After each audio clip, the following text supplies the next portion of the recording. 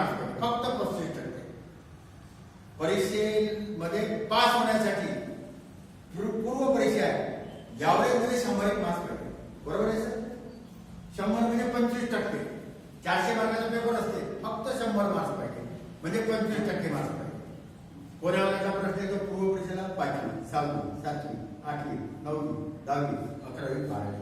12वी नंतरचे प्रश्न सहसा पूर्व परीक्षेला येत नाही.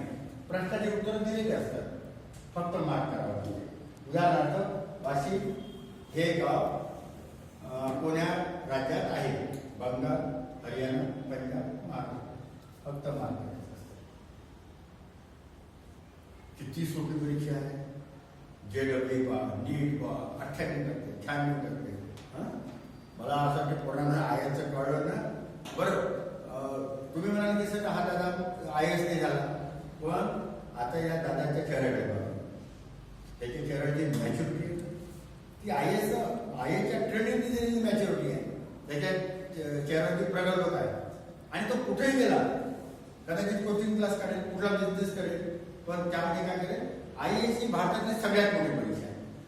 त्याच्याशिवाय दुसरी परीक्षा मोठी नाही.